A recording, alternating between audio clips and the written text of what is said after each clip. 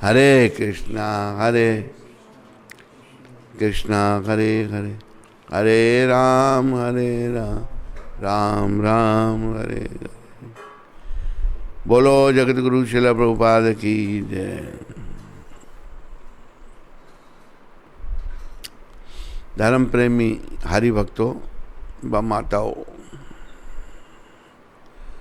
बालकों, बालिकाओं, मेरी अपनी प्यारी आत्माओं, आप सबका स्वागत है इस कार्यक्रम में जो रोज सुबह प्रभुपाद कृपा से प्रसारित होता है इंटरनेट पर।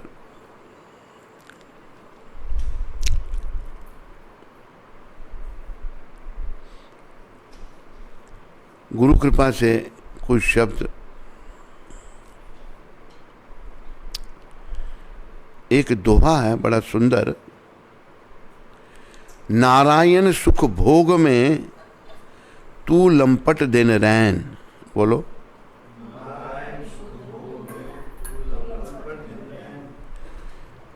हे प्राणी, तू सुख भोग में फंस गया है।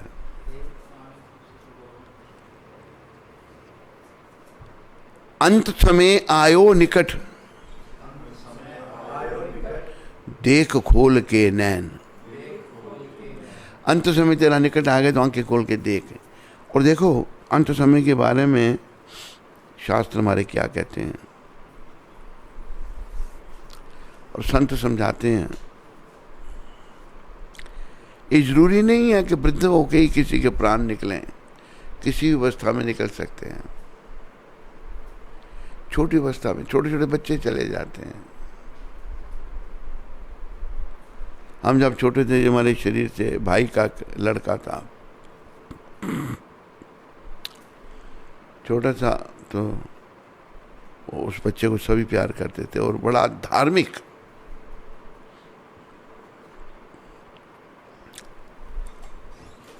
वो बच्चा जो है रोज हमारे शरीर से पिता को कहता है, पिताजी उसके दादा थे, कहते बाजी पैसा दो, मंदिर जाना है।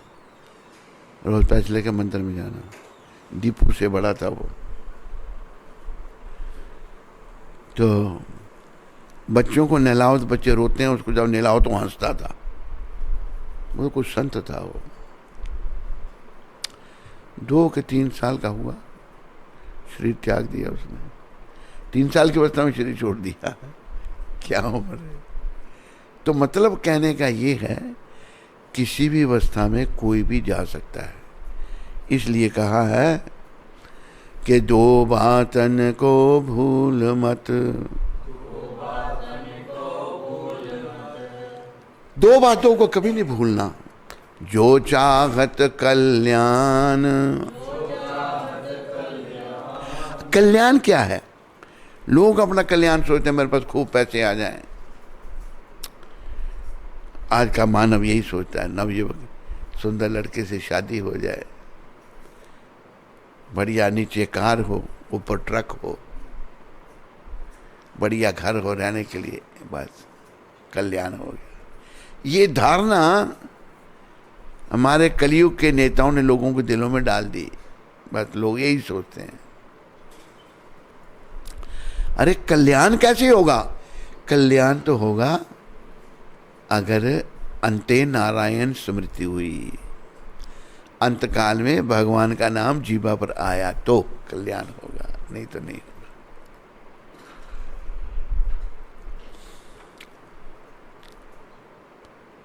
तो कहा है, नारायण एक मौत कौन, दूजे श्री भगवान। मौत और भगवान, इनको नहीं भूलना कभी भी। इनको कभी नहीं भूलना। आदमी सोचे नहीं मैं अभी, अब कई बार ऐसा देखा गया है, नौजवानों को कहो, कहते टाइम हमारा खाने पीने का है, कोई भजन करने का टाइम थोड़ा है। भजन हम करेंगे जब अपने तो हो जाएंगे। क्या वृद्धावस्था किसने देखी? आएगी भी या नहीं आएगी, या पहले ही जाना हो जाएगा। अगर वृद्धावस्था आ भी गई उसमें भजन नहीं हो सकता। वृद्धावस्था में शरीर रुग्ण हो जाता है, कई बीमारियां लग जाती हैं। अगर बाल्यावस्था से और यौवनावस्था से नाम का अभ्यास नहीं किया होगा, अंत में नहीं हो सकता, ये ध्यान रखें।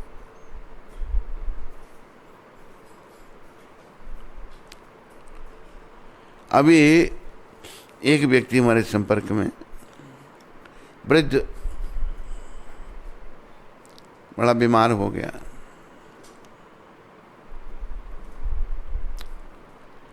बीमार हो गया, उसकी पत्नी मर चुकी है, लेकिन वो उसकी जो बहू है, उसके पुत्र की पत्नी, उस पर हाथ फेंक रहा है। वो बता रही है, कहते उसका बेटा कहता है कि अभी तो बाबूजी को इस समय भजन करना चाहिए, ये क्या कर रहे हैं? अरे सारे जीवन जो काम किए अंत में ही वही, वृद्धावस्था में वही होगा। वृद्धावस्था में नहीं भजन हो सकता, अगर जीवन काल में किया होगा तो अंत में भी होगा। तो मुझे बड़ा अच्छा शर्म सी आई, देखो वृद्ध आदमी मरने जा रहा है, लेकिन क्या उसकी भावना। उसकी बहू हमें सुना रही है कि ये हमारे ससुर जी का हाल है। तो वृद्धावस्था अगर आ भी गई तो भजन नहीं होगा भाई। भजन बच्चों को प्रशिक्षण दो शुरू से। अगर आपने शुरू से प्रशिक्षण नहीं दिया बच्चों को भक्ति का, तो बहुत बड़ा आपने एक अपराध कर दिया। शास्त्र कहता है, मातृना शयात पितृना शयात गुरुना शयात। माता पिता नहीं बनना चाहिए, गुरु नहीं बनना चाहिए, जो अपने पर उन पर निर्भर हैं, अगर वो उनको मुक्ति ना दिला सकें। बच्चों को मतलब वही है ना कि सुख भोग में खो गए हैं हम लोग सारे। ये नहीं सोचते बच्चे बड़े भी होना है, वृद्ध भी होंगे, वो ध्यान ही नहीं है, बस इनको अभी बच्चे कुछ करते हैं करने दो। नहीं, उसमें बड़ा अपराध हो जाएगा। उससे अपराध होने से हमारी बुद्धि मलिन हो जाएगी, कुछ भी समझ नहीं आएगा। तो बच्चों को शुरू से प्रशिक्षण देना है, बाल्यावस्था से प्रशिक्षण देना है। भागवत में वर्णन आता है ना कि ब्रह्मचारी गुरुकुले वसंतांति गुरुहितम। बच्चा जब थोड़ा बड़ा हुआ, उसको गुरुकुल में गुरु के पास भेज दिया जाता। तो बच्चा गुरु के हित के लिए कार्य करता था, जो गुरु कहे वो करता था। गुरु के लिए भिक्षा मांग के लानी, सभी गुरु को दे देनी। गुरु ने कुछ खाने के लिए दिया तो खाया, नहीं तो काम करते रहे। ऐसा प्रशिक्षण होता था। जैसे वो एक उपमन्य ऋषि हुए। उपमन्य ऋषि जो थे, गुरु पक्के करने के लिए अपने शिष्य को उनकी परीक्षा लेना चाहते थे। तो उनकी सेवा क्या थी? गऊं को चराना। उपमन्य जी महाराज की ये सेवा थी। और ऐसा होता था, गुरु अगर शिष्य को पूछे नहीं बेटा भोजन किया कर, तो शिष्य नहीं करता था। गुरु कहे तो शिष्य करता था। एक दिन पूछा नहीं भोजन के लिए, देखा भाई कि कितने इसमें सब्र है, कितनी सहनशीलता है, तो अपने गऊं चराने चले गए। पूछा बेटा तूने क्या खाया है? कहते गुरुजी वो बछड़े जो दूध पीते हैं गाय का, उसका फैन खा लिया मैंने। कहते नहीं, ऐसा नहीं करना चाहिए तुमको। बछड़े देखते हैं तू उनकी फैन खाता है तो वो ज़्यादा फैन निकालते हैं। नहीं, फिर भी नहीं पूछा, दूसरे दिन भी नहीं पूछा। दूसरे दिन क्या हुआ, बच्चे थे, बाल अवस्था थी, बच्चों को ज्यादा भूख लगती है। तो कि तुमने क्या अक खा लिया। अक जहर होता है, अक खा लिया, आंखों की रोशनी चली गई। रोशनी चलेगी। जब गायों के पीछे पीछे आ रहे थे, आते थे रास्ते में सूखा कुआं था, उसमें गिर गए। गऊंगे आ गई वापस, वो नहीं आए। गुरु भी सदगुरु होते थे, वो शिष्यों को इतना पक्का कर देते थे। अब जैसे गुरु वशिष्ठ जी थे, राम लक्ष्मण भरत शत्रुघ्न के गुरु, ये इनके कुल गुरु थे। कई पीढ़ियां हो गई लेकिन गुरु तो चले ही आ रहे थे। ये नहीं कि अभी रामचंद्र भी गए तो उन्होंने भी अपने गुरु जी से अनुमति मांगी, हम जाना चाहते हैं अभी। तो ये वशिष्ठ जी कई पीढ़ियों के गुरु हुए। कितने देखो गुरु, कितनी लंबी आयु थी उनकी। तो हैं, हाँ, तो पुरोहित बनाया था उनको। तो वशिष्ठ जी कहने लगे मैं पुरोहिती का काम नहीं करना चाहता। जैसे हमारा कुल भी जो है राजाओं के पुरोहित हैं, हम सूर्यवंशी राजाओं के। मैं कहते इसी कुल में भगवान भी आएंगे। अच्छा, तो मैं फिर कुल का, तो उसी में महाराजा अंशुमान, महाराजा भगीरथ, महाराजा दिलीप, ये बड़े बड़े महान राजे उसमें हुए। तो इसलिए उन्होंने, अभी आखिरी समय में गुरु जी हैं, लेकिन श्री श्री रामचंद्र जी पूछ रहे हैं कि बस अभी हम जाना चाहते हैं। कहता बड़ा अच्छा, आप ठीक है, आप जाइए। गुरु में फिर आगे उन्होंने चलाया, पता नहीं कितनी पीढ़ी तक गुरु जिंदा रहे। तो वशिष्ठ जी जो थे, राम लक्ष्मण भरत शत्रुघ्न को अपने गुरुकुल में ले गए पढ़ने के लिए। जमीन पर सोना, लकड़ियां चुन के लाना, काम करना, गुरु आज्ञा पालन करनी। तो गुरु अरुंधति जो थी वशिष्ठ जी की पत्नी थी। तो उन्होंने देखा ये सुकुमार राजकुमार है, राजाओं के राजा के बेटे हैं, उनको माँ का प्यार देने लगी। तो वशिष्ठ जी कहते हैं देखो देवी, हम इनको अपने बच्चों को कर्मठ बनाना चाहते हैं। आज ये राजकुमार हैं, क्या पता कल इनको वनवास जाना पड़े। वो सब जानते थे, ऐसे सदगुरु होते थे। कल वनवास जाना पड़े, अगर वनवास भी जाना पड़े तो उसको भोग सकेंगे। तो शुरू से प्रशिक्षण था। राम जी 14 वर्ष वनवास में रहे, भाई लक्ष्मण के साथ इतनी तपस्या। तो गुरु प्रशिक्षण देते थे। तो उपमन्यु जी जो हैं, उनको दूसरे दिन नहीं पूछा, आँख खा लिया, कुएं में गिर गए। सदगुरुदेव जो थे, तो भले भाई उपमन्यु कहाँ है, ध्यान है कि तुम गऊंगे तो आ गई, वो नहीं आया। शाम हो गई थी, अंधेरा हो गया था। चलो उनको ढूंढने निकल पड़े। जहाँ गऊंगे चला वहाँ गए, उपमन्यु आवाजें लगा रहे, उपमन्यु। तो खाया कुछ नहीं था 2 दिन से। तो पूछा, आवाज आई कुएं से, गुरुजी मैं यहाँ पर हूँ। कहाँ हो बेटा? कहते कुएं में गिर गया। क्या कुएं में कैसे गिर गया? गुरुजी बड़ी भूख लगी थी मेरे को, मैंने अक खा लिया था, मेरी आंखों की रोशनी चली गई, मैं कुएं में गिर गया। अच्छा। गुरुदेव कहते हैं बेटा तुम अश्विनी कुमारों का स्मरण करो, जो देवताओं के वैद्य हैं। अश्विनी कुमारों का जब ध्यान किया, कुएं में अश्विनी कुमार प्रकट हो गए। उनकी आंखों पर हाथ लगाया, आंखें वापस आ गई। तो नहीं, हाथ लगाने से पहले उन्होंने कहा, उनको एक पूड़ा दिया, पूड़े जो होते हैं खाने दिया। तो बोला कि मैं अपने गुरु को अर्पण किए बिना नहीं खा सकता। तो अश्विनी कुमार कहते हैं तेरे गुरु को ही हमने दिया, तो उन्होंने अपने गुरु को अर्पण नहीं किया था, उन्होंने तो खा लिया था। कहा कि उन्होंने किया होगा, तो मैं अपने गुरु के दोष नहीं देखना चाहता, मैं नहीं खा सकता। देखो कितनी महानता, कितना श्रद्धा गुरु के प्रति कि अर्पण किए बिना नहीं खा सकता। अश्विनी कुमार बड़े प्रसन्न हुए। उन्होंने परीक्षा ले रहे थे वो भी। उन्होंने कहा कि हम तुम्हें दान देते हैं सोने के दांत, तेरे गुरु के लोहे के दांत हैं, तेरे सोने के होंगे। और जाओ, तेरे बिना पढ़े सारी विद्याएं तेरे को आ जाएंगी। नेत्र भी वापस आ गए, कुएं से बाहर निकाला अश्विनी कुमारों ने उनको।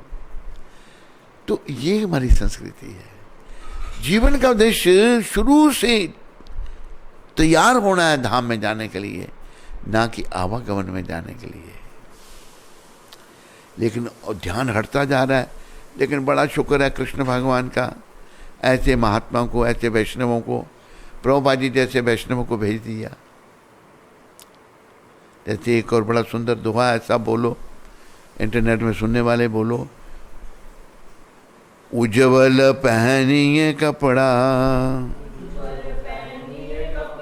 बड़े सुंदर कपड़े, मन लोग इसी तरफ ध्यान दे रहे हैं ना। और पान सुपारी खाए, उज्जवल कपड़े पहनता, अमीर है बड़ा, पान सुपारी खाता है। एक हरि की भक्ति बिना बांदा यमपुर जाए। अगर भक्त नहीं बना भगवान का तो यमदूत बांध के ले जाएंगे। तो हमें यहाँ का कपड़े पहने, सादे कपड़े, दिखाने के नहीं लोगों को मैं बड़ा अमीर हूं, नहीं। हमें धाम में जाने की तैयारी करनी है। ये हमारी सभ्यता है। अभी देखो कलयुग के लोग हम बड़े पतित हो गए, बड़े दोषों से भर गए, बड़े दोष, बड़ी बुराइयां हमें आ गई। तो भगवान ने बड़ी कृपा करके स्वयं आए महाप्रभु 500 साल पहले, स्वयं अपनी भक्ति करके सिखाई, तपस्या की, नंगे पांव भारत का भ्रमण किया, लोगों को भक्ति का दान दिया।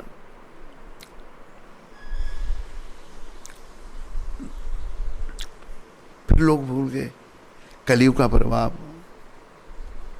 कोई अगर ये कहे भाई कलयुग के प्रभाव से मैं भूल गया, कलयुग का दोष है, नहीं। अरे हम कर्मों का, हमारे कर्मों का दोष है। कलयुग में हम जन्मे, हमारे कर्म ऐसे थे इसलिए हम यहाँ जन्मे। फिर लोग भूल गए। तो फिर बड़ी कृपा करके ये जो मूर्ति हैं, ये जो प्रभुपाद हैं, ये भगवान के भेजे हुए हैं, ये कृष्ण के भेजे हुए वैष्णव हैं, कृष्ण के भेजे हुए संत हैं, लोगों को भगवान से मिलाने के लिए। और ये बड़ा सुगम मार्ग बता रहे हैं। एक बार क्या हुआ कि ये बंबई की बात है, प्रभुपाद दर्शन दे रहे हैं अपने। उसमें एक सेठी जी थे जिन्होंने बंबई के लिए बड़ा कार्य किया। प्रभुपाद जी में कला थी काम लेने की, उनसे सारा काम लिया। प्रभुपाद जी नहीं होते तो ये बंबई का मंदिर नहीं बन सकता था। सेठी जी बड़े दिवंगत व्यक्ति थे। हुआ कि आज दुष्टों ने मंदिर तोड़ दिया। टेम्परेरी मंदिर बनाया था, टीन शेड में राधा रास बिहारी बैठे हुए, मंदिर तोड़ दिया। तो सेठी जी ने रातों रात फिर से खड़ा कर दिया उसको। उन्होंने काट दिए पिलर जो थे लोहे के, उनको वेल्डिंग कर दी, टीन डाल के फिर बना दिया। तो प्रभुपाद जी जो हैं बैठे थे, सेठी जी बैठे हैं। एक शुद्ध भक्त का कहना है, प्रभुपाद कहते हैं भाई कोई 4 नियमों का पालन करता है और 16 माला जपता है कम से कम, वो इस जन्म में धाम में जा सकता है। वैसे 16 माला जो हैं प्रभुपाद जी ने बताया है, पहले आदमी शुरू तो करे। और ये विदेशियों के लिए था, क्योंकि विदेशियों के लिए 64 माला जपना बड़ी कठिन थी। तो इसलिए प्रभुपाद जी ने 16 माला दी उनको। 16 माला जपो, 4 नियमों का पालन करो, तो धीरे धीरे शुद्धि हो जाएगी। एक बार हमारी अज्ञानता क्या है, जैसे एक व्यक्ति हमको दिल्ली में मिला,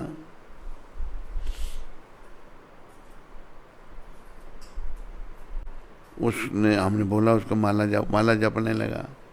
आते जाते मिलता था, जब कभी दिल्ली आते जाते, कुछ समय से 7-6 महीने से वो कर रहा होगा।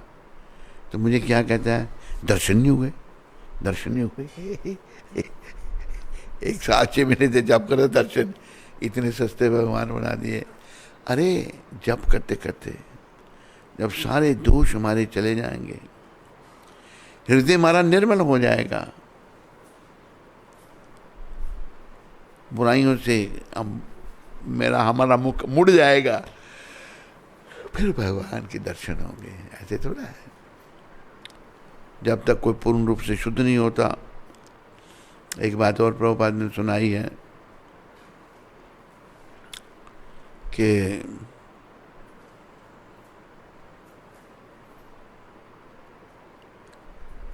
मान लो कोई भक्ति कर रहा है, भक्ति में प्रगति भी हो गई उसकी, पर भक्ति की पीएचडी नहीं हुई, पूर्ण रूप से भक्त नहीं बना, थोड़ी सी कमी रह गई, तो वह जीवन व्यर्थ उसका नहीं। अगला जन्म प्रभुपाद बताते हैं उसका वहां होगा जिस लोक में भगवान की लीला हो रही है।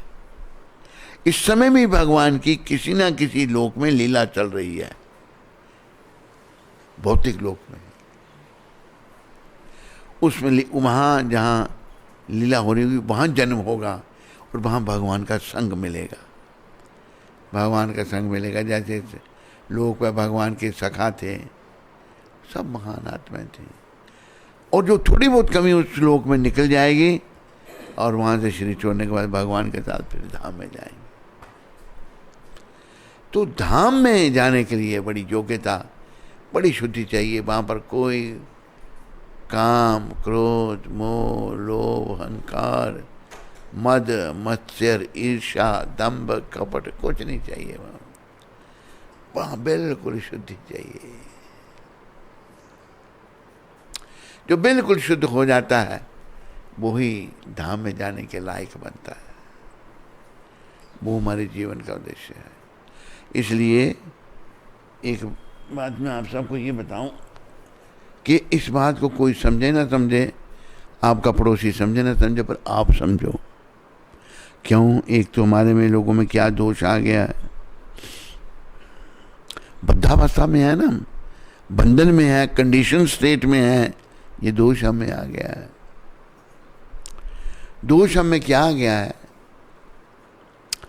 जैसे किसी को कहो भाई तो मांस नहीं खाना, मांस नहीं खाया करो, लोग क्या कई बार जवाब सब खाते हैं। ये अच्छा प्रश्न है, ये अच्छा उत्तर है। किसी बोलो शराब नहीं पिया, सब पीते हैं। विदेशियों में लोग इतने पतन हो चुके हैं। एक चार्टर्ड अकाउंटेंट शर्मा जी हैं, वो टोरंटो में रहते हैं, उन्होंने बताया मेरे को। वो शर्मा जी जो थे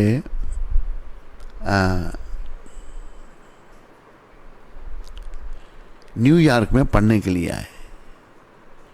एक वाइट लेडी थी, मतलब गोरे लोग थे, उनके घर में पेइंग गेस्ट बन गए, पैसे देकर, पेइंग गेस्ट पैसे देकर रहना बन गए। तो उस औरत की जो उस घर की जो औरत थी, शर्मा जी कहते मेरे को कहती है देखो मेरी लड़की जवान हो गई है, इसका कोई बॉयफ्रेंड ही नहीं है। माँ कह रही है इसका कोई बॉयफ्रेंड नहीं है। ये कल्चर है विदेशों का। अगर बच्चे बुराइयों में नहीं पढ़ रहे, माँ बाप डालते हैं उनको बुराइयों में पढ़ो। ये विदेशी कल्चर ऐसा ही है। वो यहाँ भी आ रहा है, लेकिन फिर मतलब गंदगी आ गई है बड़ी, जो विदेशियों के राज में, अंग्रेज़ों के राज में इतनी नहीं थी। प्रभुपाद बताते हैं अंग्रेज़ों के राज में इतनी गंदगी नहीं थी, लॉ एंड ऑर्डर था, लोग भक्ति करते थे, स्कूलों में कॉलेजों में रामायण गीता पढ़ाई जाती थी।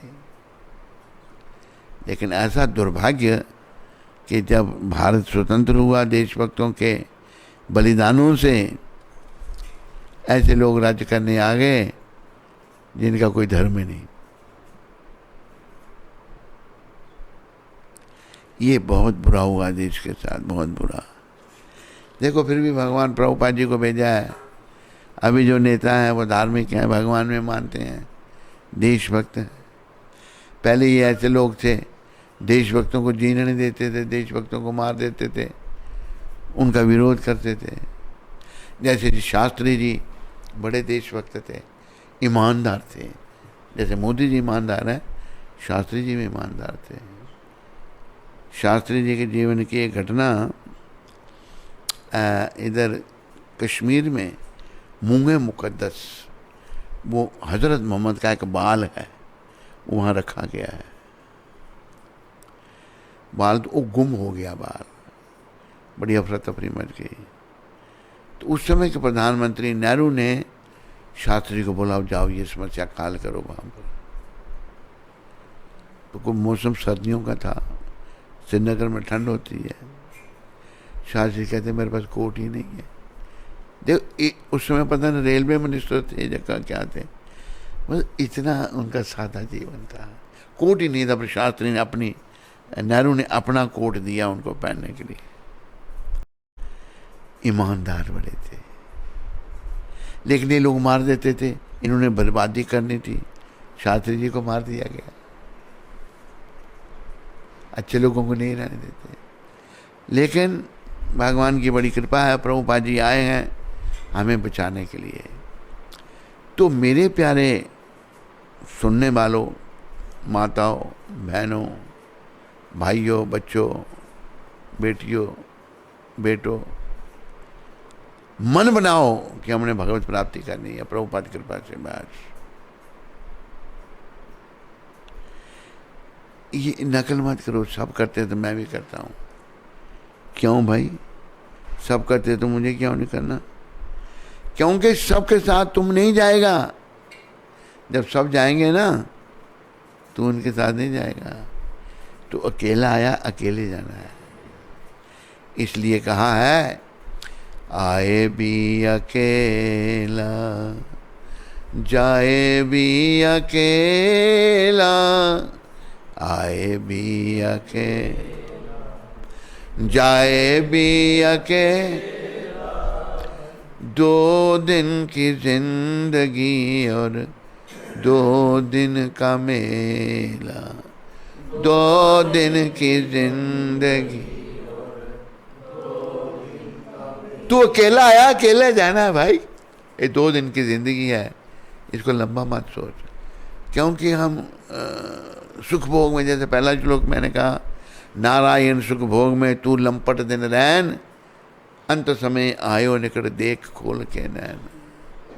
तो सुख भोग में पड़ा हुआ, अंत समय तेरा निकट आ गया, आंखें खोल के देख, जाना है। और ये मत सोच के वृद्ध होके जाएगा। कई बार क्या देते हैं ना, भजन करेंगे जब वृद्ध होंगे, पता नहीं वृद्धावस्था तो देखेगा या नहीं देखेगा, किस अवस्था में बुलावा आ जाएगा। जैसे उदाहरण दिए मैंने आपको, छोटी अवस्था में कोई हमारा श्री से चचेरा भाई था, हमारे चाचा के पास बड़ा माल बहुत था, बड़ा धन था। वो चचेरा भाई जो है भटक गया। जब को बच्चे भटक जाएं, लड़का भटक जाए, तो माँ बाप उसके पाँव में जंजीरें डाल देते हैं, शादी कर देते हैं उसकी।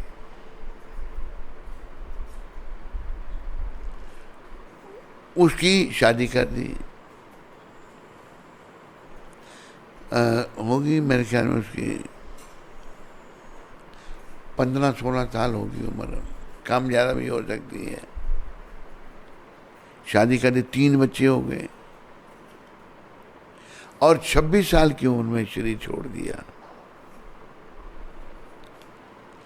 एक बच्चा जब उसने शरीर छोड़ा तो माँ के पेट में था, और जन्म मरने के बाद, बाप के मरने के बाद बेटे का जन्म हुआ।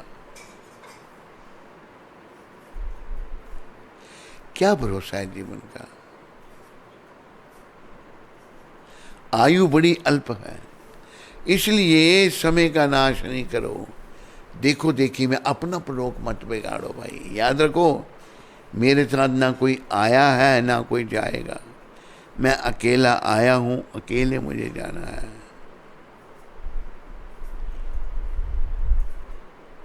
और भी शब्द कहे हैं, जग वाला मेला यारो थोड़ी देर जा, जग वाला मेला यार।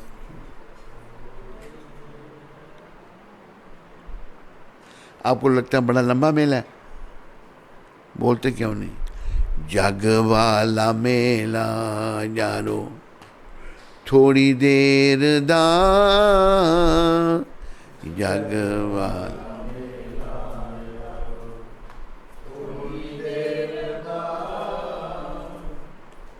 हंस दिया रात लंगे पता नहीं सवेर दा।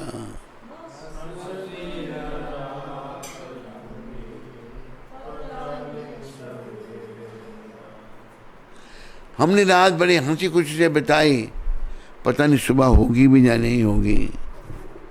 सुबह होने से पहले पहले ही बुलावा आ जाएगा जाने का, तो जाना पड़ेगा। इसलिए सभी लोग भगवत प्राप्ति पथ पे आगे बढ़ो, प्रयास करो।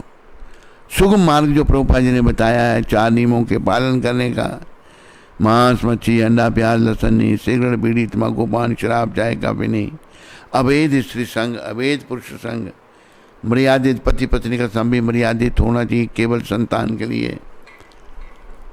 तीसरा नियम ये है।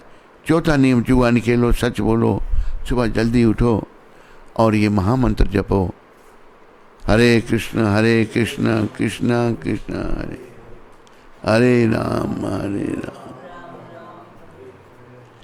अगर मन लग गया अब नाम के भजन में, मन को भजन में रुचि आ गई, समझो बेड़ा पार है। अगर रुचि नहीं आती तो बेड़ा मझधार है। तो हमने अपना बेड़ा इस भवरूपी सागर से पार करना है। बेड़े को पार करने के लिए क्या करना है? पार करेंगे नैया रे भज कृष्ण कन्हैया, पार करेंगे नैया रे भज कृष्ण कन्हैया।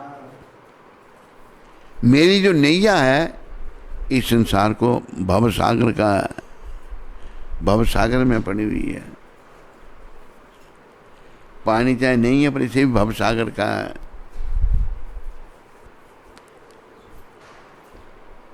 पार करेंगे नैया रे भज कृष्ण कन्हैया, पार करेंगे नैया रे भज कृष्ण कन्हैया। कृष्ण कन्हैया दाऊ जी को भैया, कृष्ण कन्हैया रास रचैया,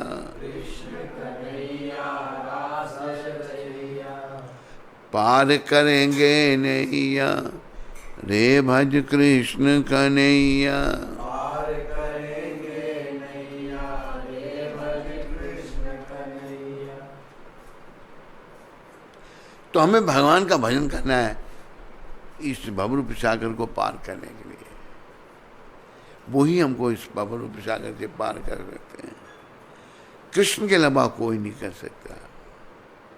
तो ये सब सोचो भवरूपी सागर से पार होने का है।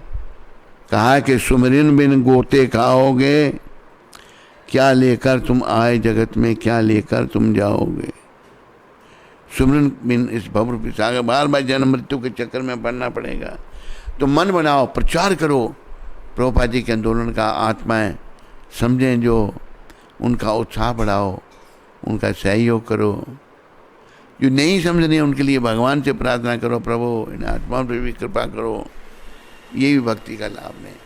इन्हीं शब्दों के साथ आप सबका बहुत बहुत धन्यवाद। हरे कृष्णा हरे कृष्णा कृष्णा कृष्णा हरे हरे हरे राम राम राम हरे हरे। बोलो गौर राधा कृष्ण भगवान की जय।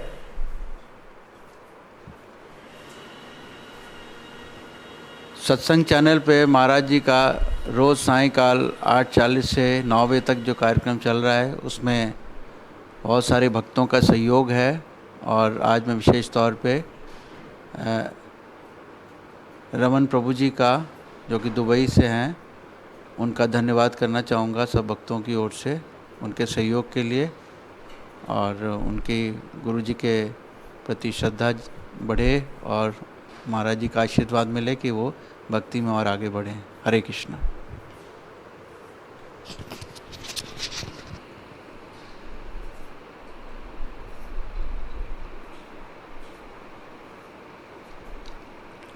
प्रश्न है? हाँ जी, एक बोलो।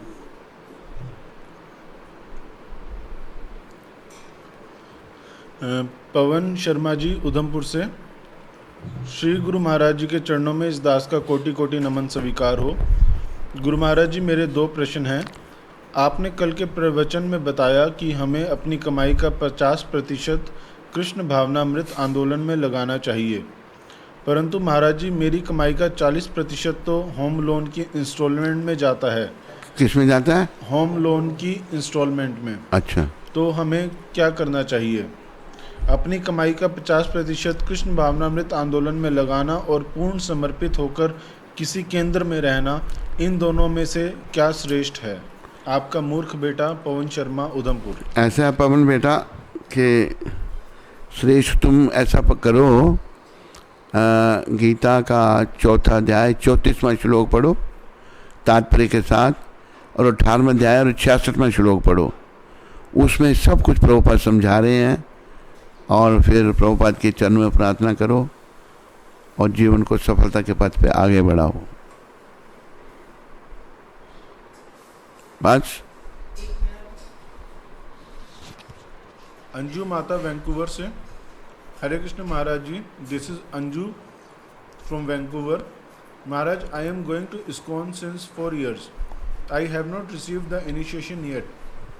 I noticed whenever the gurus come to the temple, most of their disciple comes to attend their classes.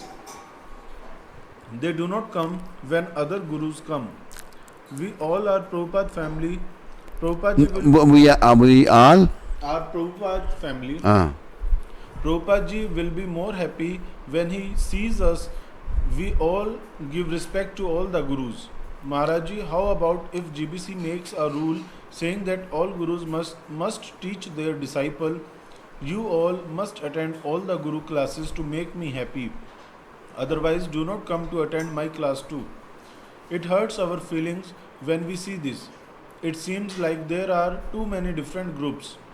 How this problem will get solved? Maharaj ji, I am new to ISKCON. When I see this, it bothers us. How we'll learn from other older devotees when we see this in the temple? How we encourage other people to join ISKCON? देखो ऐसा है कि हम लोग संसार से आ रहे हैं अंजू माता, तो जब तक हमारी कोई प्रगति नहीं होती तो दोष बने रहते हैं। तो ये लोग लगे रहेंगे जो दोष है, ये तुम जो कह रही हो वो ठीक नहीं है, ये लोग जो कर रहे हैं ऐसा। ग्रुप एक ही ग्रुप बनाना चाहिए प्रभुपाद जी का, भक्ति ग्रुप, और कोई नहीं। तो दोष हैं, इनके लिए प्रार्थना करो कि इनको ये भगवान सद्बुद्धि दें और ये जो ग्रुपिज्म कर रहे हैं ये बंद कर दें। संसार से आए हैं, प्रगति नहीं हुई है। जब प्रगति नहीं हुई है, हमें ये नहीं सोचना चाहिए कोई मंदिर में आते ही परफेक्ट हो जाएगा।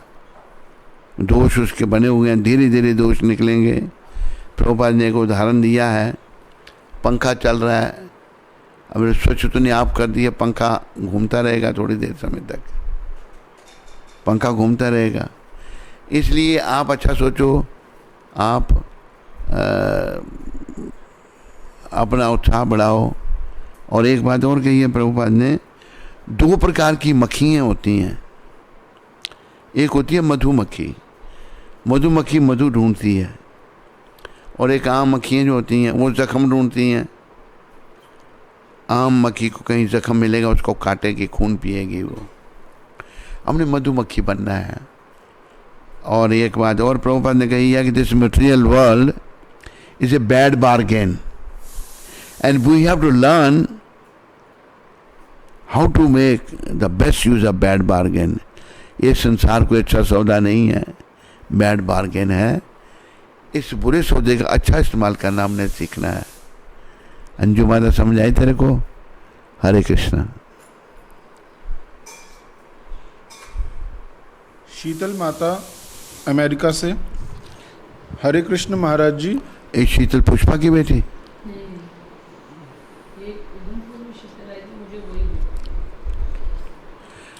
I know the mantra given by Srila Prabhupada ji is the Hare Krishna, but if someone chants Radhe Radhe all the time, will they still go back to Godhead? Please tell me, Guru Maharaj. अभी शीतल माता निर्भर करता है। वैसे ये जो महामंत्र है हरे कृष्ण कृष्ण कृष्ण हरे हरे, हरे जो है वो राधा रानी है। हरा संबोधन में हरे आ रहा है। तो हमें जो शास्त्र कहता है वो करना चाहिए। अब मैं क्या कह सकता हूँ, राधे राधे जपने वाला भी जा सकता है धाम में या नहीं, ये डिपेंड करता है, समय बताएगा। मैं इस विषय में शीतल माता कुछ नहीं कह सकता। और शीतल तुम अपनी इंट्रोडक्शन दे, कहाँ की है, अमेरिका में कौन सी जगह है, कब कभी देखा तुमने हमको, और अपना थोड़ा बैकग्राउंड बताओ हमको।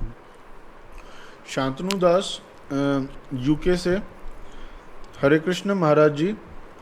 आई am not able to do all fast nirjala, is it okay? क्या कह रहा है? पर अन्न नहीं खाना, बाकी फलाहार खा सकता है।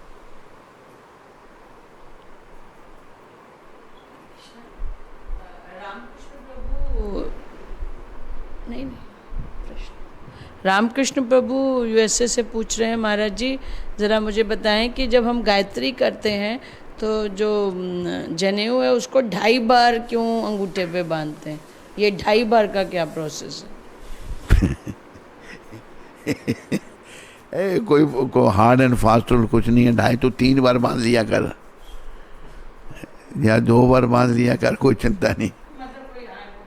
कोई ऐसी कोई हमने सुना नहीं प्रभुपाद जी से कुछ भी। भाई जिन्हें ऊपर रख के उंगली अंगूठे में ऐसे,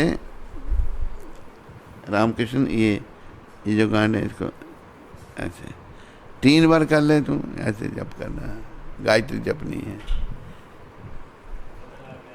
हैं? पता लगा? हाँ। इंद्रनुज कह रहा है अगर होएगा तो कल पता लगा के बताएंगे। हाँ। आस्था मेहता माता दिल्ली से, हरे कृष्णा दंडवत प्रणाम गुरु महाराज जी। आस्था मेहता, आस्था वही है जो सूरत में आई थी, अमृतसर आई था अपने पति के साथ। छोटा बच्चा था, बच्चा भी था थोड़ा, 2 बच्चा। हाँ आस्था में था, बोलो। मेरा एक प्रश्न है कि जो लोग सुख भोग और बच्चों के लालन पालन को ही जीवन का लक्ष्य समझते हैं, समझने पे भी न समझें, समझाने पे भी ना समझें, उनके लिए क्या करना चाहिए? पर आपने स्वयं ही पूछने से पहले ही समाधान दे दिया। भगवान से प्रार्थना करो कि वो भी भगवान की भक्ति में आएं और भक्ति का लाभ उठाएं। आपकी सदा ही जय हो गुरुदेव। समाधान बताने के लिए बहुत बहुत धन्यवाद। हरे कृष्णा। और तो नहीं कोई प्रश्न? और है प्रश्न कोई? है नहीं?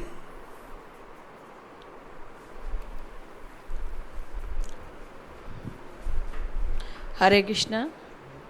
जैसा कि पिछले 1.5-2 महीने से आप सभी विगत हैं कि कोविड महामारी पूरे विश्व में फैली हुई है और जिसकी वजह से ज़्यादातर देशों में लॉकडाउन चल रहा है और उससे निम्न वर्ग के लोग बहुत प्रभावित हुए हैं।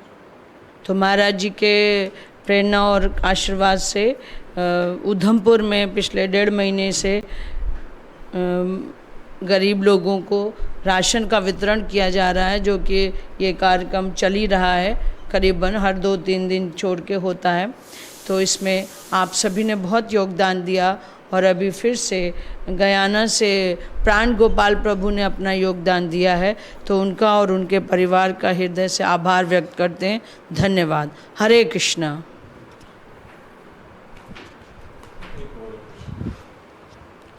नया आ गया,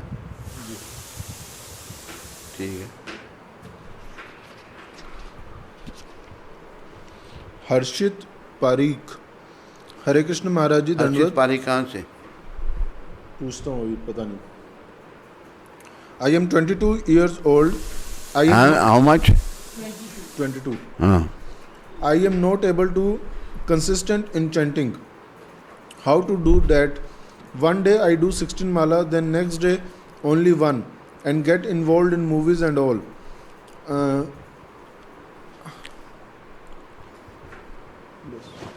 हर्षित मेहता। पारीक, अच्छा।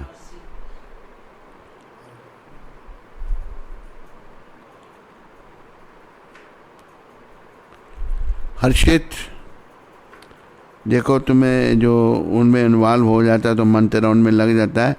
प्रयास करो, हार्ड, ट्राई हार्ड, मन को जप में लगाने के लिए रोज़ ही 16 माला करने का प्रयास करो।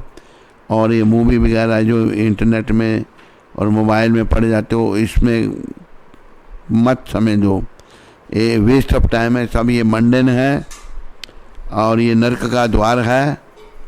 अपने मन को जप में लगाओ। ये जयपुर से हैं।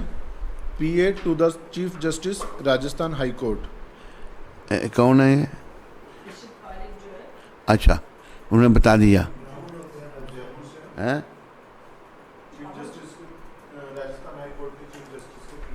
अच्छा, किसने कहा ब्राह्मण होते हैं? हाँ, बस ठीक है। सबका धन्यवाद। हरे कृष्णा। पारीक जी जप करिए। आप भी कर रहे हैं पारीक जी जप ने?